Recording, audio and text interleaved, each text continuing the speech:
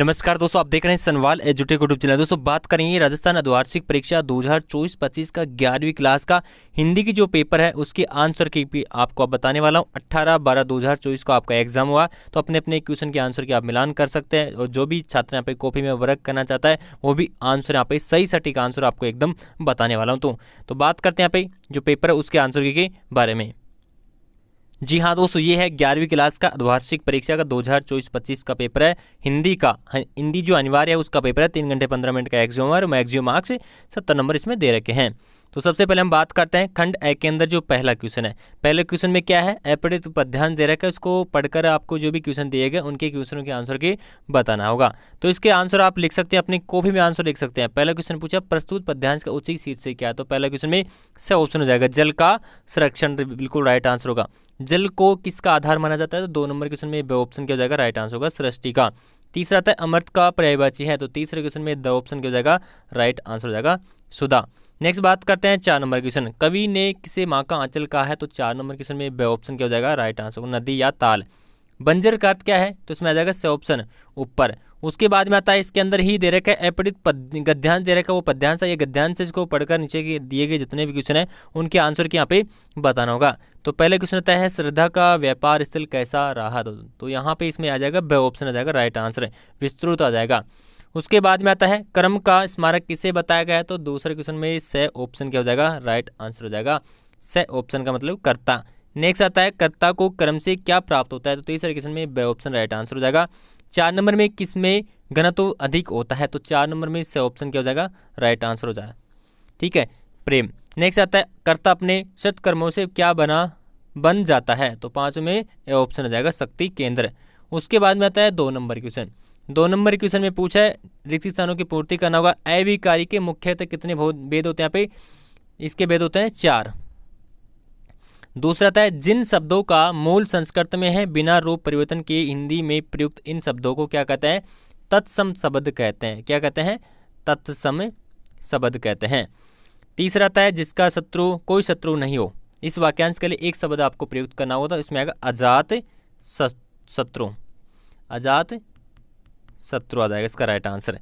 Next आता है जिस वाक्य में केवल एक उद्देश्य और एक ही विधेय होते हैं उसे क्या कहते हैं, सरल वाक्य कहते हैं, तो इसमें आएगा सरल वाक्य। नेक्स्ट आता है अनिल धीरे धीरे चल रहा है, रेखांक शब्द में आपको अव्यय निहित करना है, तो क्रिया विशेषण आएगा इसमें, क्रिया विशेषण। नेक्स्ट आता है ऐसे शब्द जो समान अर्थ वाले प्रतीत हो किंतु अर्थ स्तर पर सूक्ष्म स्तर हो शब्द कहलाते हैं एकार्थक शब्द कहते हैं। नेक्स्ट आता है 3 नंबर क्वेश्चन, अति लघुदातम प्रश्न यहाँ पे दे रखे हैं, 1-1 नंबर क्वेश्चन है। लता की लोकप्रियता का मुख्य मर्म क्या है, तो इसका आंसर लिखते हैं गानपन है। क्या है, गानपन। नेक्स्ट आता है दूसरा क्वेश्चन, आलो अंधारी पाठ की साहित्यिक विधा क्या है, आत्मकथा। नेक्स्ट आता है तीसरा क्वेश्चन, संचार की परिभाषा लिखे, तो संचार की परिभाषा लिखते हैं सूचना और विचारों का आदान प्रदान करना संचार कहलाता है। सूचना और विचारों का आदान प्रदान करना संचार कहलाता है।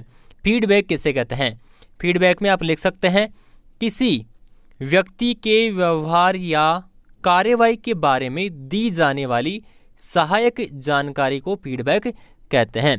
पूर्णमासी का चांद किसे कहा गया है, मासिक वेतन को कहा गया है, तो इसमें लिख सकते हैं आप मासिक वेतन। नेक्स्ट आता है कबीर के अनुसार किसे देखकर लोग माया में मोहित हो जाते हैं, तो इसमें लिख सकते हैं माया, यानी कि जो भौतिक संसार को देखकर, माया को देखकर लिख सकते हैं या भौतिक संसार को देखकर लिख सकते हैं। मियां नसरुद्दीन पाठ के अनुसार तालीम का क्या अर्थ है, व्यवहारिक ज्ञान, इसका राइट आंसर होगा व्यवहारिक ज्ञान। नेक्स्ट आता है ईश्वर नामक तीसरी शक्ति किन दोनों के मध्य व्याप्त है, तो इसमें आएगा प्रेम और ज्ञान। नेक्स्ट आता है शिव शंभु के चिट्ठे नामक रचना के रचनाकार कौन थे, इसमें आएगा बाल मुकुंद गुप्त था। कौन था, बाल मुकुंद गुप्त। नेक्स्ट आता है हिंदी में सोनेट छंद को स्थापित करने वाला कवि कौन था, त्रिलोचन शास्त्री। त्रिलोचन शास्त्री, ठीक है, इसका आंसर हो जाएगा। पालर पानी से क्या से है? तो सीधे बरसात से आने वाला पानी को जमीन पर आता है उसे पालर पानी कहा जाता है। उसके बाद में आता है 4 नंबर क्वेश्चन। इसके अंदर 2-2 नंबर के क्वेश्चन दिए गए, 40 शब्दों में लिखने होंगे। पहला क्वेश्चन आता है जनसंचार के प्रमुख 4 कार्य क्या है?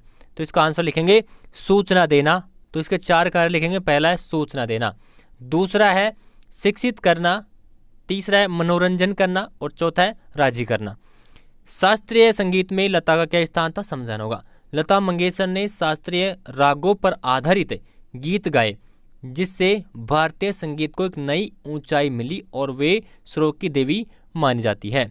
तीसरा था कुएं और कुई में क्या अंतर? तो कुएं और कुई में अंतर आप लिख सकते हैं। पहला अंतर लिखेंगे कुआं बड़ा होता है और कुई क्या होती है? छोटी होती है। कुआं तो बड़ा होता है, कुई छोटी होती है।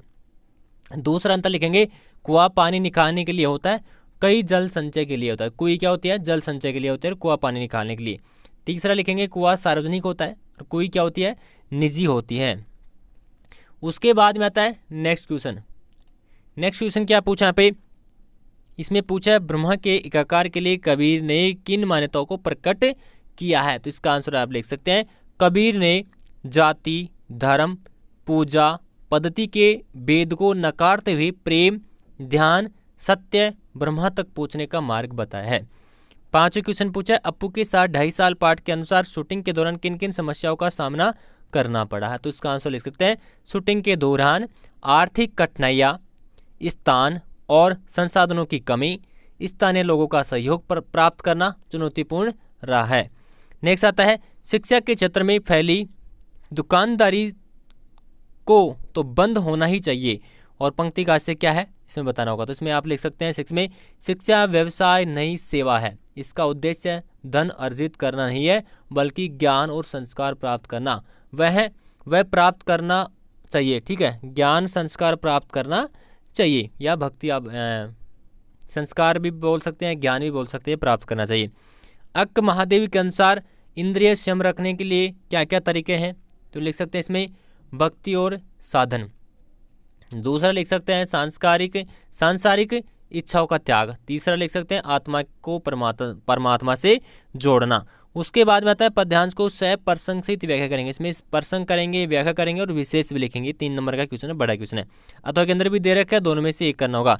6 नंबर आता है गद्यांश की सह प्रसंग से व्याख्या करनी होगी। इसमें भी प्रसंग करना होगा, व्याख्या करना होगा, विशेष करना होगा। उसके बाद में इसमें अथवा में भी आपको देखने के लिए मिल जाएगा। 7 नंबर क्वेश्चन आता है नमक का दारोगा पाठ में निहित शब्दवर्तियों और अशब्दवर्तियों को तुलनात्मक अध्ययन करेंगे। 3 नंबर क्वेश्चन है, बड़े क्वेश्चन आपके बुक के क्वेश्चन है।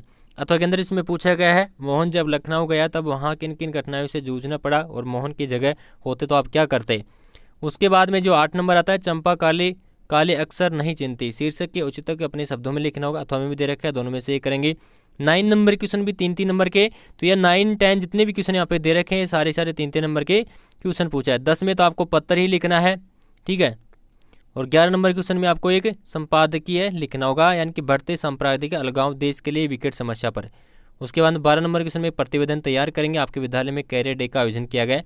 13 नंबर क्वेश्चन में निम्न लिखेंगे 300 शब्दों के अंदर, ठीक है। पॉइंट बना के इसमें आपको निम्न लिखना होगा, चाहे किसी एक पर भी आप इसमें लिख सकते हैं। पेपर कंप्लीट हो चुका है, लाइक से सब्सक्राइब जरूर कर लेना। अभी भी किसी को डाउट है तो आप आंसर के में आप कमेंट से में डायरेक्टली हमें बता सकते हैं। धन्यवाद।